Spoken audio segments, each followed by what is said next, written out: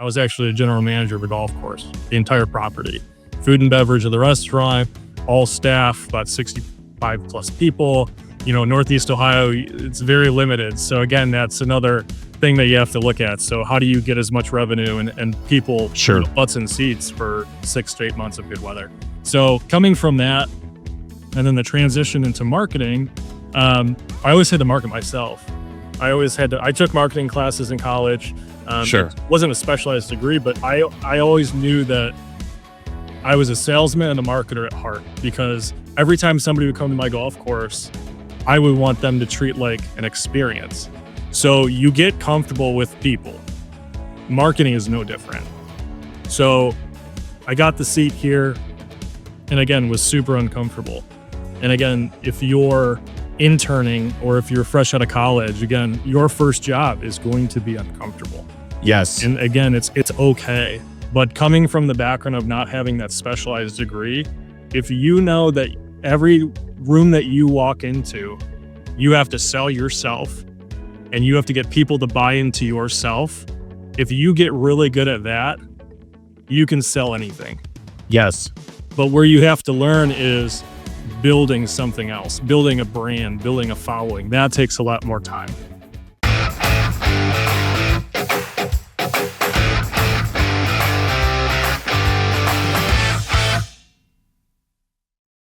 Thank you for joining the Missing Half podcast, where we're discovering what's missing in manufacturing and B2B marketing. I have a very special guest, Scott Wesemeyer from Advanced Polymer Coatings. Scott, you've been with Advanced Polymer Coatings for a while and been with that business and the family of businesses for a number of years. So thank you for joining us today, and tell us a little bit about yourself. Well, thanks for having me. I appreciate it. So I've been with the family that owns Advanced Polymer for nearly 15 years, and in my current role for about a little over 4. Nice. We're a paint manufacturer, coatings, tank linings for the industrial and marine space, based in Avon, Ohio. So everything that we do is literally made cradle to gate from R&D. We launch it here, we put it out. Everything is from Avon, Ohio, and it's been that way since 1997. Oh, wow. Yeah, so that's kind of where we're at. We're certainly seeing a resurgence of what we would say is nearshoring, onshoring, made in America, right? And you guys certainly fit right into that whole idea and keeping jobs local. And certainly we're seeing a resurgence of that. Maybe talk a little bit about that. Right. So actually the founder, our late founder, Don Kean, had passed now about 2 years ago. He was a Marine. Okay. So when he created this polymer, this special polymer that he created here in this laboratory, he had in mind that you had one of the greatest polymers of all time and that he was going to change the coatings industry. And he did, because we're a very niche space. Sure. Our focus is really aggressive, nasty chemicals.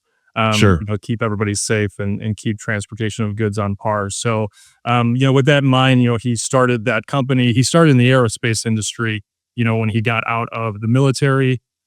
Again, he formed Advanced Polymer Sciences, and it wasn't really a coatings company until the 90s, right? So it was more of a polymer research company. He did a lot of things for the military before he got his footing into the coating space. So again, everything, real homegrown in Ohio. He was a world traveler. His wife was a world traveler, and they brought their band of children. They have a lot of kids that kind of build this industry from the ground up. And we've been really fortunate to have some of the same people here on staff for 25, 30 years Nice. that really saw that business come to life. No, that's great. When you guys are you guys make coatings, and that the word coatings is a huge industry, right? Because you have everything from Sherwin-Williams, whenever my wife decides to repaint a room in our house, to garage floor coatings, to, what you guys are in is heavy industrial coatings of large infrastructure. Look at your website and what you guys do and what we've talked about. You're doing some big iron, big stuff. Right. Yeah, we have, so our focus is basically marine, the maritime industry, and then the industrial. So we have 2 segmented sales teams. I would say that the marine business currently takes about 80% of our bandwidth, and then the industrial, we're kind of getting steam, releasing new products. But our focus really is on MR-sized tankers, product and chemical tankers. So the Okay. inside of the tanks that kind of carry those chemicals, across the seas into things that you use every day, between your makeup, to food grade products, pesticides, things of that nature. Nice. So let's jump into a little bit of marketing because you're talking about things and my wheels are starting to turn. So when you think about the maritime industry, that to me seems like it would be kind of an account-based marketing approach. I mean, you probably have a very small list of clients. We have it like like you said, it's super niche, Right. right? This isn't household, find it at the local Sherwin-Williams store or, PPG. This is very, very niche. So let's talk a little bit about that maritime industry. Sure. Few players, very consolidated. I'm sure it's a long buying cycle, very Right. competitive. Maybe talk about that process and how you've been using your marketing program to help reinforce the sales team to help them go win that business. Sure, that's a good question. So setting it up, I kind of like to pitch it like this for anybody that's not familiar with our space, because again, I wasn't. If you go to a trade show or if you're in a room with 1,000 people, 9 times out of 10, we only need to talk to 10 of them. Sure. Right. So, if we're talking about the marine space specifically, we probably work with, uh, on a daily basis, between 50 and 100 people. Now, our target lists are a little bit bigger than that, right? So, Sure. a couple hundred, but realistically, the marine space is very organized, right? So, you have the hierarchy of owners, charterers, pools, divisions, things of that nature. So, there's certain segments of that we have to directly target. Again, for our niche coating, not everybody needs, this high density polymer coating, right? Sure. It's a little bit overkill if we're being frank. So there are a certain number of clientele that do. So with that in mind, when we focus, and again, we marry with sales perfectly. So I get with my marine manager and I say, hey, who are you guys targeting for the next 1, 2, 3 years? So he Sure. generates that list. So it might be ships coming online. It might be people that we've worked in the past, and we kind of divide and conquer from there. And then at the end of the day, we maybe have 50 people that I have to target. So my Nice. efforts on, a daily basis, monthly basis, yearly basis is, how do I get in front of those people? And how do I nurture them? Because again, like you alluded to, it's a very, very long sales cycle. We kind of attribute to back when buying a car was the haggle process, not just the price you pay, right? And like, it could be weeks to months to years before you're like, hey, I'm going to get that car and save that $1,000. So Sure. at the end of the day, most of our contracts that we win, and in companies and clients that we work with, it takes years, 1, 3, 4, 5 years, depending on what they have going, what they're trading, what the market looks like, the age of their vessels, things of that nature. When you think about, okay, 50 to 100 in a target audience that you're trying to nurture in an account-based marketing program, what are some of the innovative things you've tried or different things you've tried? Because this isn't going to be done just with cold calling and like sending them an email, right? This is building relationship through marketing and sales. Is there anything you found or tried that failed? We like to discover what's missing, Sure. right? And what's worked and what hasn't, and not asking for anybody's trade secrets. Like if you Right. found Yeah. the secret sauce, we're not asking for that, but just Yeah. general marketing principles. Well, it goes for anybody that's in this kind of space. I think a lot of people can relate. Again, a smaller size company with a really niche focus. So again, we need to get the long sales cycle. How do we make it shorter? Right. And then how do we get in front of people with things that they want to digest? Sure. Right. So going back to your comment of what has failed, right? So 4 years ago, when I came into the company, everything was kind of run a little bit old school. So we were still heavy into print advertising. We were going to every trade show, and again, we wanted to rip it apart. Like, why? Why is Sure. everybody doing this? And it was the same answer that everybody, I think, my age and around abouts, or if they're starting a company and you're looking from going from A to B quickly, is, well, we've always done it this way. Sure. And that's not a good answer. So I think when you look at it from that perspective, it's, you just look at what worked in the past, and then you have to look at the landscape now. So it's very digital era. Sure. Social media is extremely present. So, and then also everybody and their brothers flooding you with things in your inbox. Sure. So the most important thing that I learned quickly is, you have to have things that people want to either read, digest, And it has to be fluent. It has to be simple. It has to be on Mhm. par with what they need to know. And if you start to oversaturate that, that's when you either lose them altogether. When they opt out of your email, that's a nail in the coffin for most Yes. people. So then you have to get creative. Well, how do I get back in front of them? So kind of building with that notion of how we're going to scale. We did build a really good book of business off of relationships. Relationship selling. It's a little bit different nowadays, I would say. Um, because again, we're fortunate to have that small book of business and those relationships, but now we have younger people moving into management roles, older Sure. regimes retiring, and they have a little bit different outlook. And they're a little bit more of, okay, what are you going to do for me? And how quick can I get from point A to point B? And how are you going to help me? So that's kind of where we tailor all of our marketing strategies, and where we play in the sandbox, as it were, is to where we spend our advertising dollars and marketing dollars. And again, you have to be really selective. Sure. So, Scott, when you think about making sure you have something that that viewer wants, something of value, something that really, rings the bell for them, what is the process you've used to kind of test and or, okay, this is a list of 5 ideas and this is the one we're going to go with? Are you doing voice of customer research? Are you really working closely with your sales team? How are you getting the feedback? Because as a marketer, you can sit in the room around the table with the Nerf ball shooting the hoops and the Right. whiteboard. We can come up with a zillion ideas. Ideas are never the problem. Yeah. It's Yeah. picking the right one and then or ones and testing them and then finding something that works. What has been your process that's helped you guys really refine your Yeah. approach to these 50 people? That's a huge statement right there, right? Because we all think our ideas are great. Um, Absolutely. I could have 50 after a meeting and I say, okay, I'm ready for 3 years. But long story short is you just talk to your customers. We started within the past 3 years, I would say, a really active voice of the customer type campaign with our customer care teams. And then we just talk to our customers. Excellent. I'm a little bit more, and again, party of one here. I'm Sure. getting a little bit more ingrained into the trade show scene. So again, I can just be in front of those conversations, witnessing with the sales team, listening to actual things that are coming out of your customer's mouth. I think that's really important for everybody, because if Sure. you're just sitting, it's the difference, right, between sitting in an office and then being on property or being to any kind of site where business is actually going down. We can all be keyboard warriors and read things off of blog posts and follow social media this and influencer that. But if it doesn't work for your company and your customer, you're just spinning your wheels. So, Absolutely. yeah, we really just kind of take it from our customer's mouth. And again, you do have to have a couple of ideas. You do, and you Sure. have to trial them, and you have to be okay with failure. You have to be okay with taking, okay, we did this well. We didn't do this well. But at the end of the day, for us at APC, and I think for anybody that's in a smaller size company, as long as you're learning a lesson, you're falling forward. And that's Yes. important to keep with you on your journey when you're continuing through the process.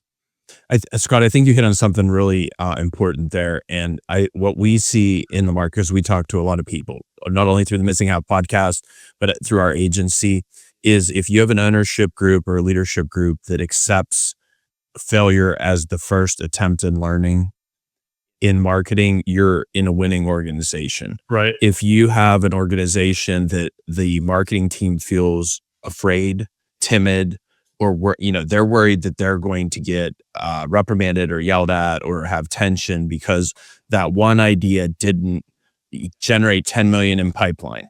Well, it's winners and losers. So for you, you're in a very fortunate situation with a good group of people, Right. good leadership, and that's a key to success. I want to pivot a little bit, Scott. So we talked about ABM, Marine. Then we look at, I think, my guess, and we're going to talk about this and explore it, is if we pivot to the industrial space, Sure. which is a totally different animal. Maybe talk about how that's similar and different to your ABM approach in the maritime industry. It is very similar. I would say that the maritime industry for us, right, it's very global. Okay. We're in the US. Most of our target customers and things like that either live in Houston or they live across the pond, as it were. So it's a little bit different with the industrial side. our focus right now is a lot of the US companies. We really focus on the rail sector, ISO tanks, over the road trailers. We do a lot of business with ISO tanks in Europe. We just started kind of moving that way with rail as well. But the way that we get in front of our marine customers is just the same. We actually have I don't want to say it's not a bigger group of people on the industrial side, but they're a little bit more active on a weekly basis as far as where they're at in the US traveling to see customers. So again, they're Okay. on sites, they're offering inputs, they're offering help, and they're talking to their customers, and then we're talking to applicators. Cause again, we don't apply our coating. We just sell it, Sure. we manufacture it. So we're quick to lend a helping hand of, hey, what are your goals? What do you need to do? What can you help with? This is how you do it right. Because again, a big thing that we should just get printed on a pillow here is our coatings are only as good as the people that use them Sure. and the people that apply them, and it's just like anything in business, right? So if you have any kind of product that you're heavily based on the success of it or failure of your consumer, you really have to be at their whim, saying, Sure. hey, I'm giving you the arrow to your bow. This is how you shoot it, and this is how Sure. you reload faster. So again, we talk a lot. We go to a lot of trade shows in like the rail sector and things like that. But we're really open to communication. We're really open to seeing what works for them, what does it, and then we're actually really quick. Kudos to the team, and being small, right? We can Sure. kind of pivot a little bit differently. But again, at the end of the day, it's just talking to your customers. Sure. So, Scott, you hit on something that we hear consistently. We're doing a series on chemical manufacturing to really talk to this segment and understand it better. And one of the things we're hearing consistently is something you just brought up. Chemical manufacturers make a product, and then there's an end user consumer of that product. And in between, there's some type of application component, right? Mhm. And whether that's a distributor, whether that's an install team, whatever that, if it's kind of a component in a manufacturing process Yeah. that's an add-on, how have you how have you approached that? Because like you have there's almost two steps in the process. Are you guys focusing most on the end user and driving sales that way? Or do you have to put as much time and effort into that applicator development, that dealer or distributor development to help make sure that if you sell it somewhere, there's someone who can actually apply it Right. properly, right? Yeah, it's a little bit of both. But if you look at three pieces of the pie, right? Users, end users, and then you have the application specialists, right? I would say they're all equal Sure. because it starts with us when it leaves our plant. But if the application teams or whoever's applicating it, wherever they are in the US or outside of the US, they don't know how to do it, or if they're not doing it to spec, you know, that's where the issues arise for the end users and the people that benefit from our coatings or any coating or any paint in general. It's Sure. just like house paint. You know what I mean? You have to, before I worked here, I just used to slap house paint on the wall. I never read the back of the pail, right? There's Ambient directions. temperature. You're right. Humidity There's levels. directions on Yeah. this. Roll it up here. It's 85% humidity on a sunny day with your windows open, and you're like, why is it peeling off the walls? So again, you have to control your environment. So, and it's important. It's important. It's very important. So if my wife ends up listening to this, I know she's a very big fan of my podcast. She will now know that I am aware that there are directions on the back of paint cans. And so thank you, Scott, for that one. I'm so sorry. Yeah, yeah. Way to go, man. That's doing me a solid right there. Oh my gosh. Yeah, and I mean, even as something as simple, Scott, and that's a great point, as house paint. I mean, generally we all have drywall, Mhm. right? So we're not talking about advanced science here, Sure. right? It's relatively simple. But then when you're talking about the things your team is doing through your distributor applicators for the end user, we're talking about unfriendly environments. We're talking about industrial scale. We're talking about all types of moving parts and pieces. And I'm sure a lot of chemistry and a lot of physics and all that science that I tried not to get on myself when I went to college. I tried to avoid that building. Yeah. Um, but no, that's great. So that's interesting, with the way you look at that, and maybe what you're seeing is while there's fewer people involved on the maritime, um, the complexity of the multi-step process on the industrial maybe makes it as difficult or as challenging as the maritime business, even though probably Sure. the timing is a little different. Yeah. Yeah. You're talking about a grander scale on one side, these massive ships that Sure. carry a lot of volume in products. You know, I can't quote you the number of tanks on each size of a vessel, but I mean, there's multiple, 10, 15, Sure. 20 plus tanks that could actually be carrying a different commodity. So, and that's Okay. kind of where, again, you're talking about multiple stories tall. Okay. And then if you're looking on like the industrial side, if you're putting a rail tank car or a hopper car or an ISO tank, it's relatively a lot smaller. Right. Sure. So things could go wrong on a more grander scale in the maritime side, but on that side, they're also running all this through shipyards. So these are people that do this every day. They do it day in and day out on just this grand, great scale. So they're accustomed to it. And then we have inspectors on that side that kind of follow up. But again, it's just more like, I wouldn't say it's apples to oranges, but it's just size based. Sure. Yeah. No, that's great. What do you so one of the things we like to talk about, and this is a theme we hear not only at chemical manufacturing companies, but basically manufacturing and industrial companies across the Rust Belt. And it is the Department of One. Many companies have one person by job title or role who is the marketing Swiss Army knife, right? They are the Department of One. And Scott, I think we'll be sending you your badge, so that you can put like Department of One badge.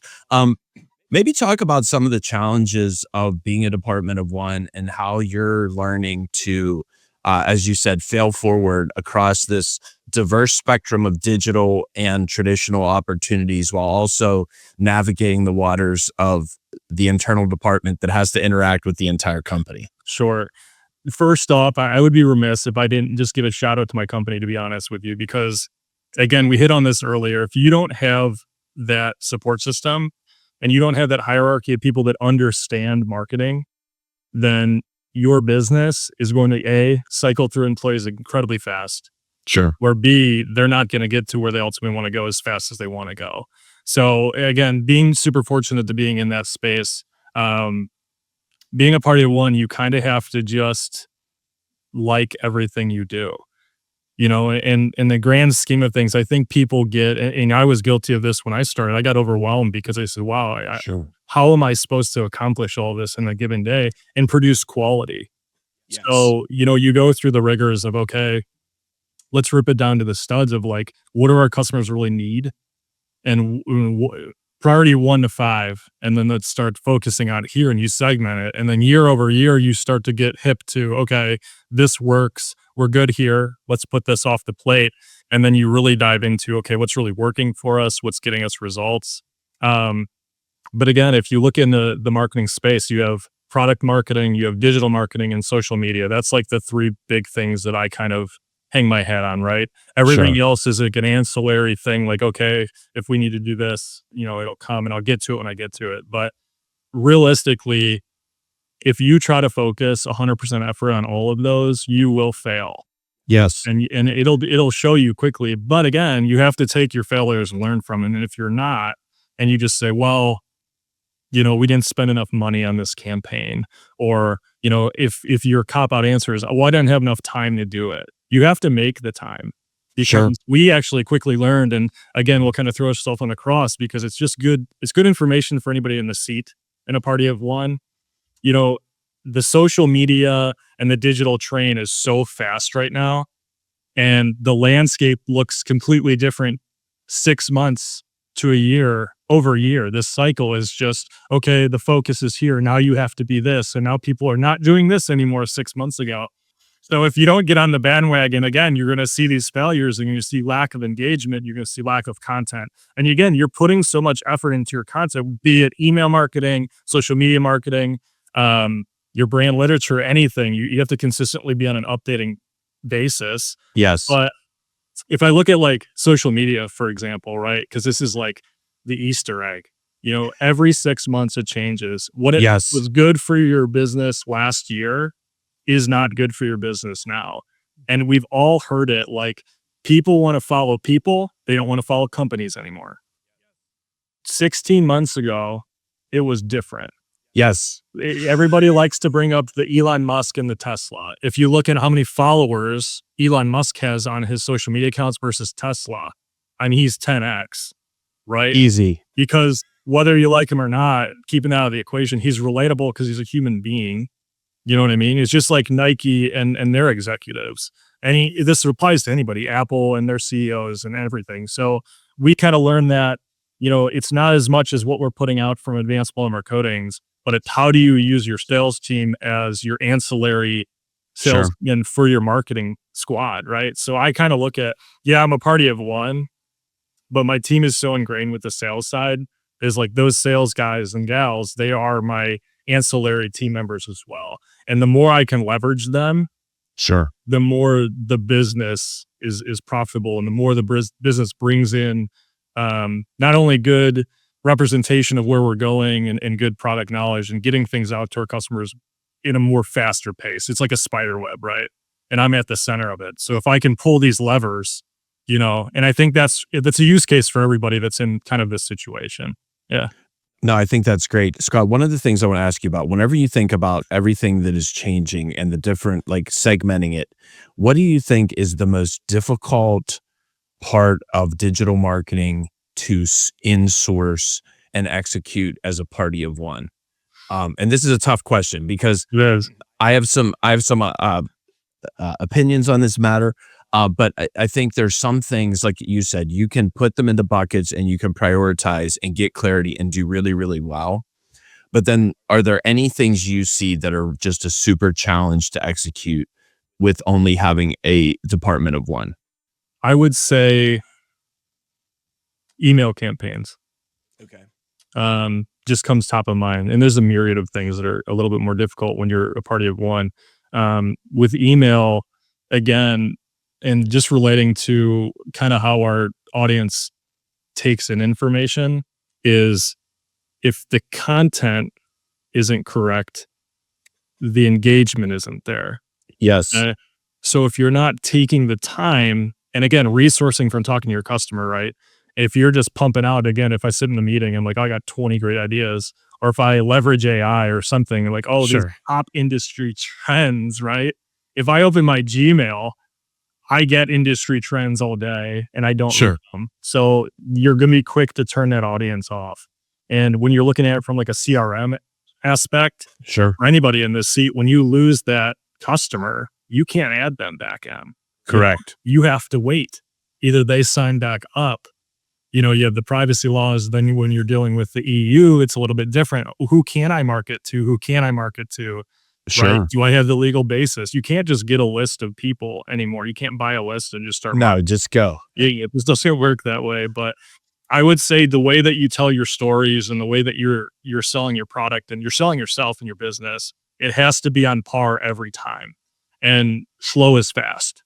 Sure. And fast is the killer of a lot of people because if you're not leveraging all of your arms of distribution, right, whether it be digital media, in trade shows, speaking engagements, anything, but you have to learn that if it's not correct for that given time for that audience, maybe don't put it out there. Sure. If you just look at the buckets of whatever your company is marketing on or whatever they're trying to follow, like KPIs or anything, if it's not the right time, maybe don't hit that KPI.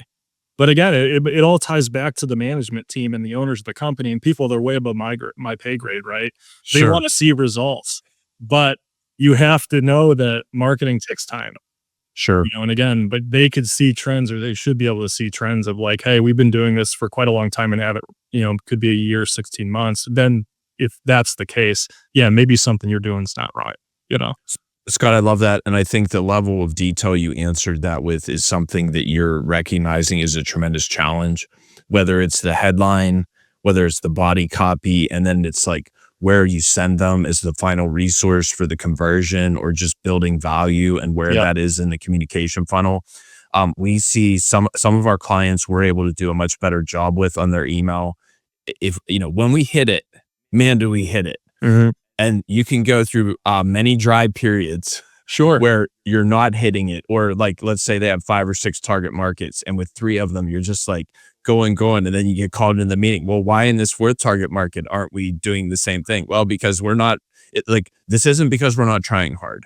It isn't because we're not doing our best. It's because we have not worked together with you as a client to figure out what the messaging is that matters to these people. We have not Right. figured out the sauce. We launched a campaign for a company a couple weeks ago that we had been really struggling with, and all of a sudden we hit gold. It just skyrocketed. Now that was on the ad side, but Okay. we had been working on it for 4 or 5 months, and I loved the question I got from the VP. It was like, well, yeah, let's do that for all the other campaigns. I was like, oh, okay, great. I'll write that down. Let me write that to do down. I just hadn't thought of that. I wasn't even trying. We were trying in that other space. Sure. That's a great idea. Let's try. Yeah. It's not lack of effort, right? Yes. And sometimes you have to be honest with yourself. And I'm more honest than most. And I usually my management laughs at me because they're like, you're so quick to nail yourself to the cross. And I'm like, hey, like this was just a happenstance, happy accident. Yeah. Because sometimes, and again, we just like how my brain works is I don't like to focus on vanity metrics because you can always game the system, right? Sure. You have a management team, or if you have expectations from higher up or a board of directors, whatever you're answering to, and they're like, hey, we need to increase our open rates. I can make the most spammy headlines to get people to open them, but if the bounce rate's 100%, Yes. you know what I mean? Down the road, you still have to answer to that. It might get you by for a month, So yeah. Free Super Bowl tickets. Right.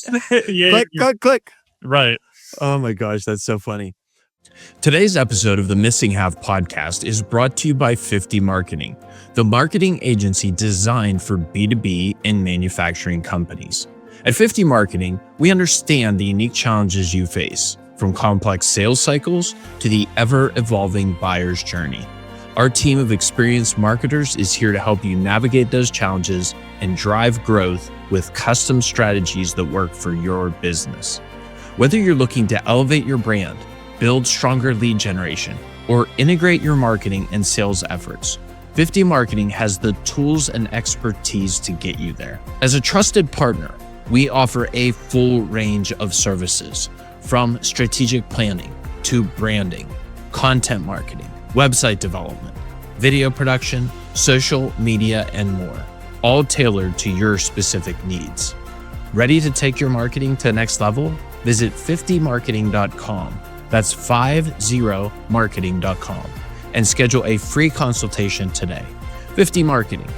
Marketing built for manufacturers by marketers who know your industry.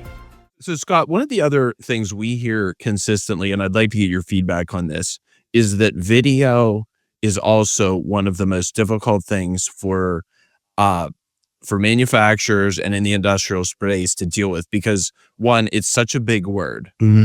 Like, oh yeah, video, we'll get on that. Let's write that on the to-do list and we're just going to execute. And video means so many things. It has to be used so many ways in so many channels and have so many different messages. It's not just like the 1 3-minute intro video about your company. There's interviews, there's testimonials, there's product video. I mean, I think there's a list of 60 common videos we recommend for manufacturers. Sure, yeah. Right. What's your feedback on video in marketing and how challenging that is or isn't? And if you've figured it out, I'm gonna shut up and you're just gonna talk, and this episode will go viral in the industrial manufacturing space. I'll have clients rolling in saying, Bill, can you and Scott come and like do like a big, yes, we will. Yeah, we'll do yes, it next. Yeah. Yeah. Well, I don't have that answer. And Okay. you've struck a nerve. This is the biggest pain point that I'm currently dealing with. Because again, if we talk about the landscape of where everything is, 16 plus months ago, it was carousel ads and carousel features, and PDF downloads were still okay. Yes. They still are, don't get me wrong. Yes. But now with TikTok and Instagram and whatever, which don't relate to our business, but just in general, Sure. People want fast, they want cute, they want funny, they want shareable, they want something that grabs their attention, they can move on with their day, and that's video. So Yes. that laundry list that you talked about, right? So some of them are easier to create than others. You can do a lot of things with stock videos and make it tied to your business. That's great. But when you start taking it of, okay, I need to, my success is going to revolve around another person and how they act on camera, because this isn't easy to do for a lot of No. people. To sit here with a camera pointed in your face, knowing that people are going to watch you, they just clam up. And I've seen it. I've unfortunately seen it. We've started to do some testimonials and trying to get some of our customers and stuff like that. And it's really, really hard, because we can Yes. have a conversation like we're having right now, and they could spew me this, that, and the other, and it's beautiful. I'm like, oh my God, if I could just get that on camera. And then I go, bloop, red button on, and it's like they forget their name. Yeah. So again, it's a Deer in lot the of headlight. yeah, and it's people have to be comfortable. So it's a lot of moving parts that are out of your control, and you have to be a good coach at that point. And some people aren't coachable. Sure. It's just the hard truth. So that's like the biggest headache now. And then also it's time. So like in our industry, if I want to go to a rail shop, I have to leave Ohio and I have to go to a different state. So there's travel, there's hotel, there's airplanes, there's time away from family, there's time away from other resources and things that I need to Sure. be doing. So it's a commitment, right? Monetarily, time, it kicks everything down the road a little bit. So your time frames for completions on projects get longer. Okay. So, and if I go, is my camera equipment correct? When I'm shooting it, I started with like a GoPro and a camera, Sure. because they tell you like, hey, this new iPhone, really nice. But you get there and you're like, what is this? It's terrible. So, and then you get down this rabbit hole of YouTube videos and people on LinkedIn, they're like, oh, you have to have this set up. Nope, you have to have this set up.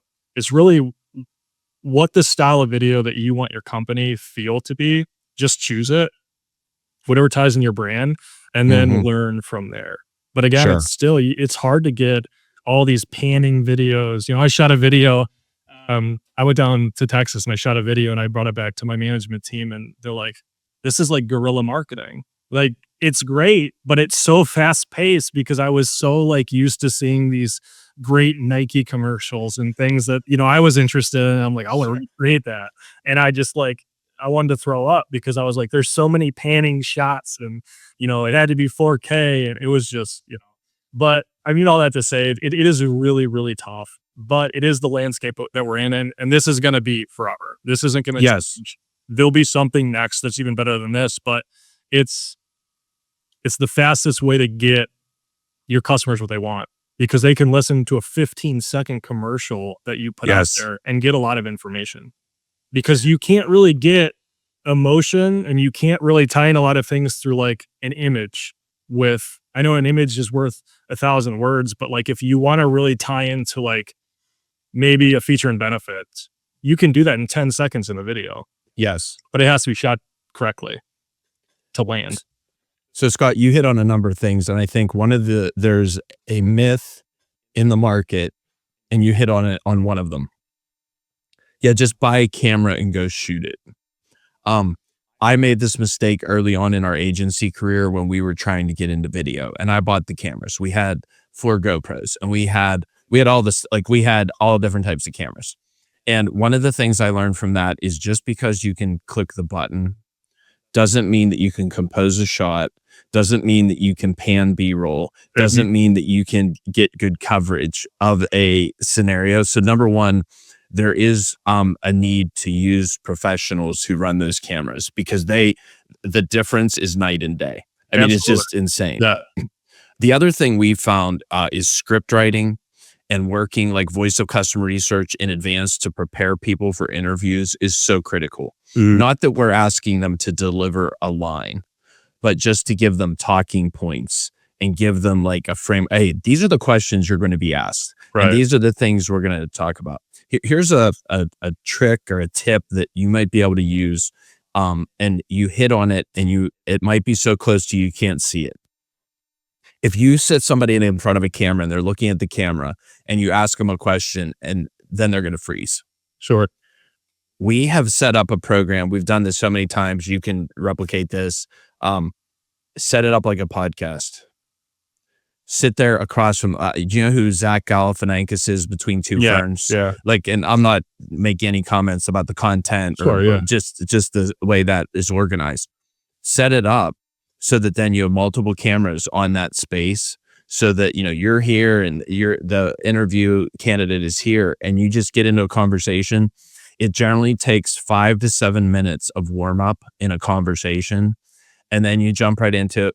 So Scott, you know, we've been sitting here talking, and so tell me about, like, really what's different about Advanced Polymer Coatings.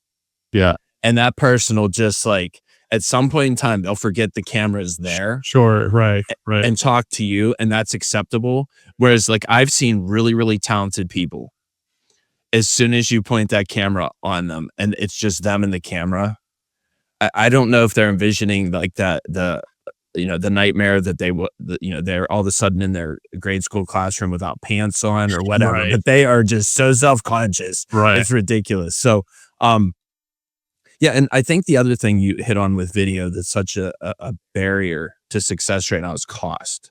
Mm-hmm. Because, like you said, when you go somewhere, it's very expensive. The way we've seen to address that, there's a couple of things. Number one, if it's remote, find a local videographer that we can hire. I think we did like 37 remote shoots last year. So we would send a videographer so that you're not spending as much money on the travel. Sure. Right. Just find one local. The other thing is, we are a huge believer in long days. So we did a content create session where we took in a big podcast, like an interview rig, and we did 14 interviews in a row. Right. Yeah. And it was just like stack them one on top of the other. Now, is that a big disruption to the business? Yes, for one day, but only one person, 1 hour at a time. Yeah. Not the entire, you don't need the whole boardroom sitting there watching each other. In fact, we recommend that nobody else is there except for the host. So that's a way we've been able to, in one day, really get a lot of interviews. And then you ask parallel questions. So if we ask the same question, let's say it's quality. Hey, Scott, could you tell us about quality? And then Fred comes in, and then Sally, and then Joe comes in.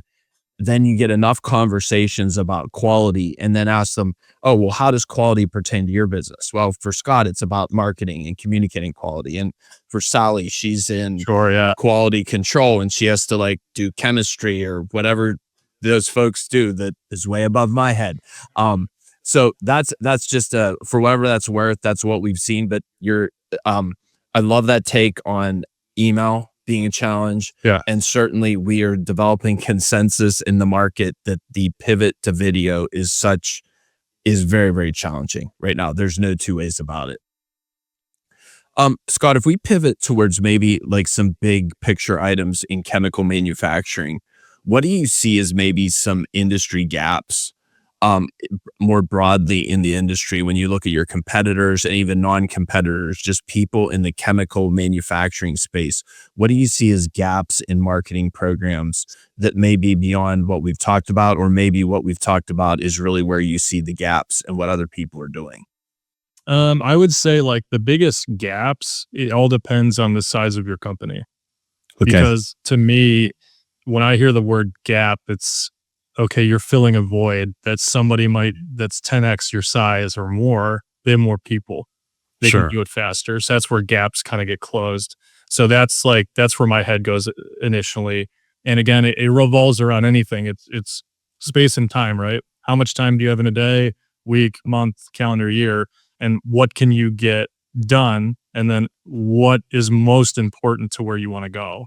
Sure. So when you're smaller, you have to make concessions. And if you don't realize that, or your management or anybody else doesn't, then you guys are going to have a tough time trying to be all to everyone, and it's just the state of how it is. But if you have a marketing team of 30 people or 10 people, sure, think about, because you've always said you start off as a party of one at one point in your life as well. So think about what you can get done with a party of one, and just multiply that to 2. Sure. Or 3, that's quite a lot. But when you're talking about these large cap companies with parties of 15, 30 plus, and then also if you're outsourcing some, Yes. Because a big thing to me when I go talk to people is I'm just curious. I want to learn. I want to ask questions to see what other people are doing because I Sure. want to be better and I want to make my time more efficient. And one of the big companies at a trade show I talked to, I'll never forget it. And I said, "Hey, I said, I always see your trade shows, your booth's always set up. Everything looks perfect every single time. Your collaterals is always set out the same time, same place. Everywhere I go and I see you 5 times a year." And I go, "Oh, it's great. We outsource this." Sure. Like I just show up and it's already here. And then also I don't even have to tear this down. This Sure. They just walk away. right. So that's a big thing as well because like the logistics behind shipping things Oh and my. then moving things around and making sure they get on time. If you can depend on somebody else that's not, making your time because planning event is a different side of it. Because when you're talking about doing now customer events, now you have to take on the planning and you have to talk to other people and things change, right?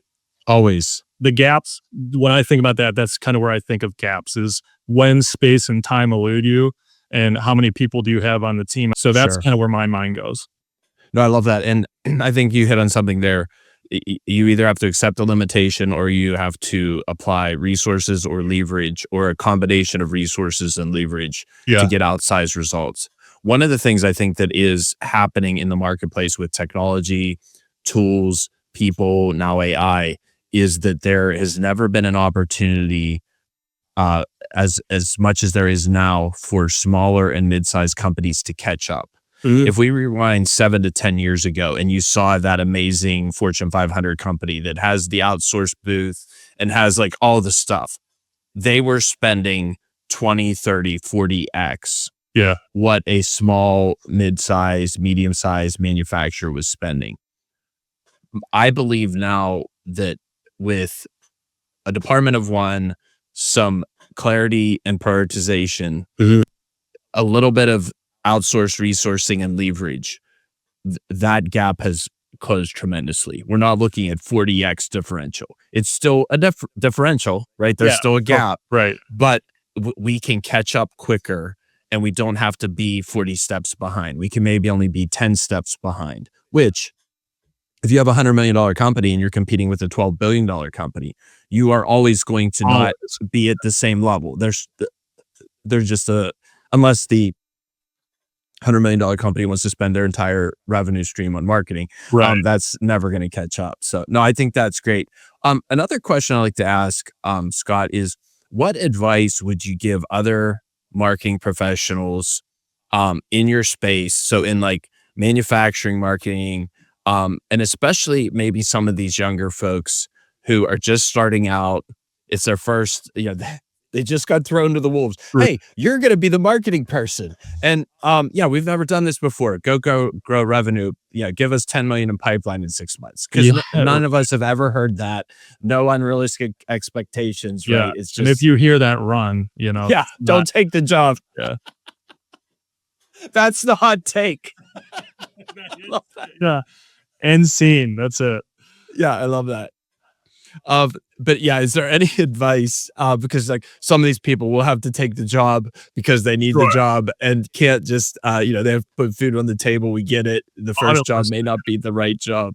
What advice would you have for these folks? That's It's a awesome. really it's a really good question, and it's actually what I'm seeing right now, right? Because we've got the nod to kind of grow to my party of two, right? So going through the interview process, we're kind of focusing on a specialist role, and that's what a lot of people are going to be focused on, or more or less, if you're in like a smaller size company. What's your specialty? What do you want to do for the next 3 to 5 years? And asking a person with maybe internship only experience, they're like, I just want to work. Sure. And that's one of the best answers. But the biggest thing that I could say, and honestly, the biggest thing that made me as successful as I am in the short time in my career, be open to failure and be open to accepting new ideas because we've all heard the adage on whatever social media or whatever you follow, growth is the fear, of doing things. Sure. If you're afraid to look silly, or if you're afraid that, oh, I'm not good at this, just do it because you're going to learn so much more from that experience and you're only going to get better. And that's the biggest thing. And honestly, it held me back when I started because, again, I kind of came from a different space. I was in a different industry. When I moved into coatings and linings and they're talking about substrates, in my head, I'm like, well, that's just the steel. We had all these fancy names for things, right? So, and that's kind of shocking for a younger person or somebody getting into a new role. You know, be okay with getting uncomfortable because that's where Sure. growth happens. And the more that you can learn from it, and again, if you do have a support system around you, a good manager, good team, a good coworker base, and a good family that you can kind of rely on, I mean, Sure. your possibilities are endless. But yeah, you're gonna have to sift through a lot of stuff to get, but it'll only thicken up your skin, you know.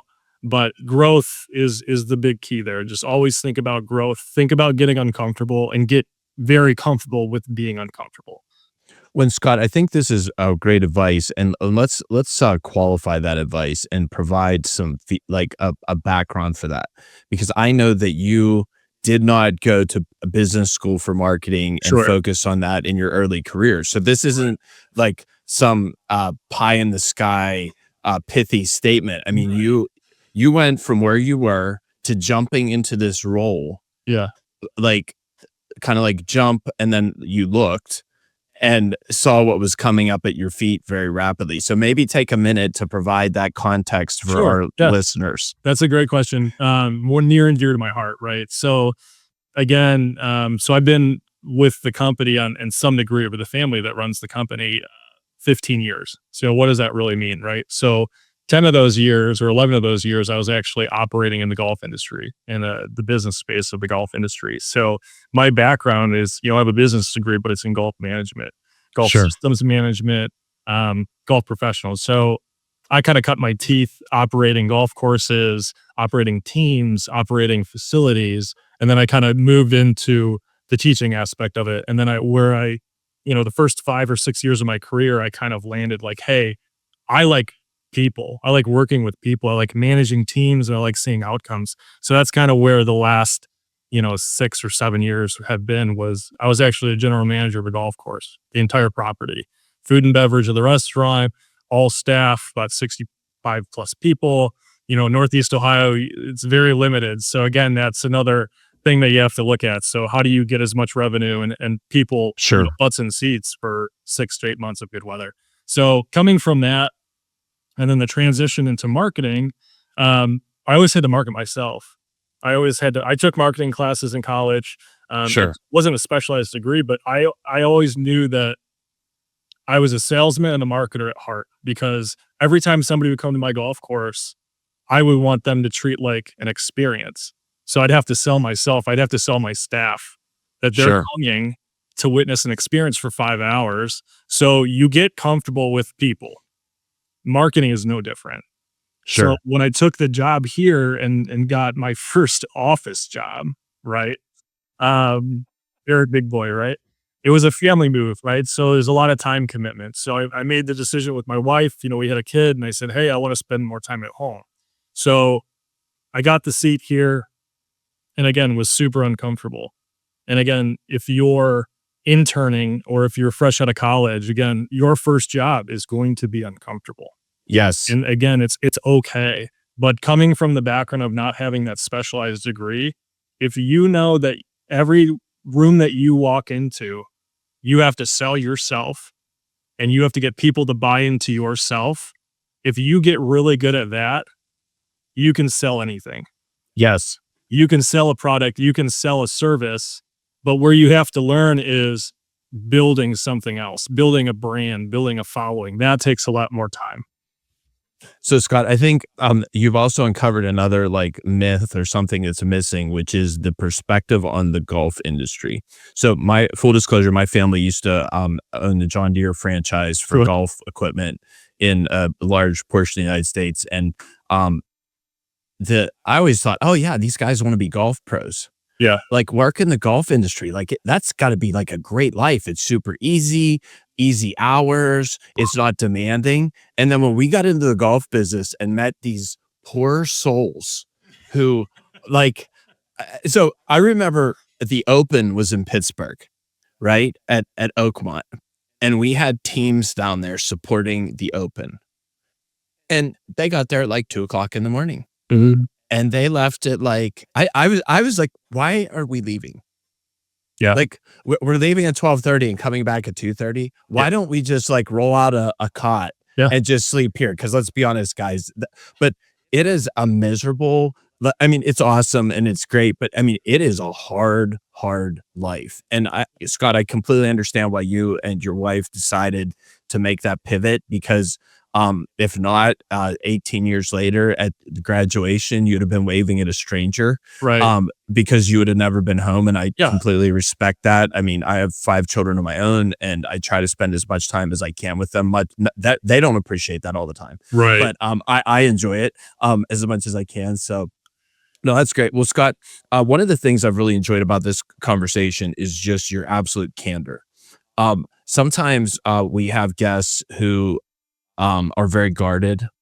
And I feel like this conversation has just been like really laid bare and completely honest about challenges, about things that have gone well, and perspective. Because I think as I'm getting a little older, I know I'm older than you, but as my children, my eldest is in college, my second oldest is going to college next year. I start to think about this career advice Yeah. and really trying to help prepare them for the sharp barbs of the world. Mhm. And I think when you talk about failure, specifically when I was younger, that wasn't really something that we embraced as a concept. You know, in the 80s and 90s, that was like, you don't want to fail, you want to be a winner. Yeah. And I think it's the opposite. You want to fail as much as possible because that's what produces wins. Yeah. Is learning to deal with, you know, the first attempt in learning and multiple times and going through that process. So I really love that candor. And I think that's been really helpful, and especially to some of our younger listeners who are just getting into that department of one moment. Maybe we'll reduce the fear, and they'll be able to accelerate their careers a little faster. Enjoy the ride. You know, Yes. it's fulfilling. But again, you do have to put in the work, you know. Oh, sure. I'm not going to lie to you. It's not sunshine and rainbows. There's hard discussions. There's things that you have to take to your management or whoever you're working for and say, hey, like, you know, I failed here, or, hey, Sure. you know, I thought this was a good idea and I actually pulled some data and ran it, and it was a big miss. Yes. And unfortunately, you know, when you talk about the hard truth of the world, right? And unfortunately, a lot of people aren't going to be in that surrounding. But if you can find yourself in it, you're lucky. But if you can't, you're not unlucky. Because if you have enough drive and enough self-awareness to know that the best people or the most successful people in the world, entrepreneurs, whoever you may be, people look at these people like they're icons. You know, Yes. Gary V's of the world that come from nothing. And, you know, you're laughing because I know you're talking about. But I watch those guys. I like Sure. content because they're not just spewing inspirational stuff. They've been there. Yes. And they're giving that raw feedback. And what you do with it is up to you. You know, That's right. You can save quotes on your phone. You can save things for later. If you're a marketer, you have 87 tabs open right now, you know, because you're borrowing content ideas and stuff like that. But at the end of the day, do the work. You are going to fail, but accept it, Yes. because there will be good things that come out of it. I promise you. No, I love that. And I think one of the things we have to do a better job in this industry, and this is probably a marketing industry gap, is we need to be more honest more quickly with every conversation. Right. Whenever I'm starting with a new client and we're on an engagement, I'm just brutally honest about a couple of things. I'm like, yeah, all this isn't going to work. Sure. Like if we do 10 things, if 3 of them are awesome and 3 of them are okay and 4 of them fall flat on their face, Right. we need to celebrate. We need not to be like, oh, those 6 were awesome, but man, we're really going to focus hard on these 4 bad. No, like we got to look at the collective effort. Yeah. And always want to be better, always want to improve, but we have to accept the fact that some of these things aren't going to work. And there's reasons for that. It's not for lack of effort. No. I think a lot of it is what you alluded to early in the conversation. Every 6 months it changes. Mhm. There's so many, and you know, the biggest shift, I thought the biggest shift I would see in my career was the shift to digital. Yeah. That is not true. AI is going to be the biggest shift I see. It will be. It will be. Yeah. There's no question about it. Nobody knows what it means. Yeah. Nobody has any clue. Yeah. So well, Scott, this has just been an absolutely fascinating conversation, actually inspiring to me. I love having these conversations where I find kind of like a kindred soul. And let me ask a couple things. We're already in an hour. We could probably go two or three because I feel Or like we're right. just Yeah. getting started. Yeah. So looking ahead, what do you see as the next big things for you and your company? Like, hey, this is what we're going to be focusing. Once again, not looking for the secret Yeah. recipe to Colonel Yeah. Sanders, but like generally speaking in marketing, what do you see as the next steps and the things you're going to be focusing on that you feel are the highest priorities to help move your company forward? That's a good question. And again, like even everything we alluded to, like you brought up a good point that's still resonating with when you said it is like everybody's afraid of being open and honest. It's not like I'm telling anybody the secret sauce of how we're going to get to where we need to be. It's just being a human being, Sure. knowing. And you talked about like telling your clients, right, that, hey, all these are going to fail or whatever. You would have done them a disservice for not saying that, you Yes. know? So I applaud you and I applaud anybody that's doing that. But to answer your question, um, realistically in the future, again, highly leveraging video and getting more proficient on it. And then also keeping an eye out for what's next. You did mention AI. I don't really know how much AI is going to directly affect our industry per se over the next year.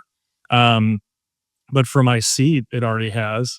Oh, sure. Well, the AI programs out there, and if you're not leveraging them or dipping your toe in the water to get familiar with them, they're a good resource for speed.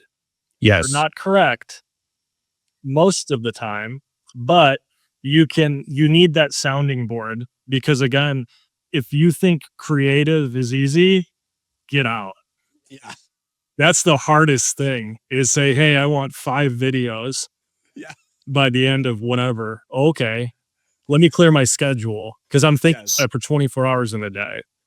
But if I can use that as a sounding board, it's only going to make my speed and my proficiency and efficiency for my department a lot better. So that's kind of something that, I'll keep an ear on, but really just keep doing what we're doing because we've seen a lot of good success year over year, just doing simple things and talking to our customers. Scott, thank you so much. Once again, your candor is refreshing and some of your takes and just your perspective. I can kind of see that golf, um, athletic, competitive approach to some of these things here, right? And I love that. And just like that uh, self improvement approach, just so refreshing. Scott, I want to give you an opportunity, as we do with everyone, to promote yourself, where we can find you, and also your company. All of this will be listed in the footers of wherever this is posted on YouTube, Instagram, uh, Facebook, LinkedIn. Sure. But go ahead and verbally give that to us so you can kind of walk us through where they can find you and your company. Yeah. So I'm predominantly just on LinkedIn. Okay. That's really the only space that we use or see benefit for our company. Scott Wesemeyer on LinkedIn. You can connect with me, send me a connection. Happy to talk with anybody, bounce ideas, this, that, or the other. Advanced Polymer, adv-polymer.com is our website, and we are on LinkedIn as well, Advanced Polymer Coatings. So yeah, connect with us, send us an invite, open a dialogue. We're always here. I'm always here. So happy to help. Scott, thank you so much. Once again, really appreciate you joining the show. Yeah, it's a pleasure. Thank you, Bill.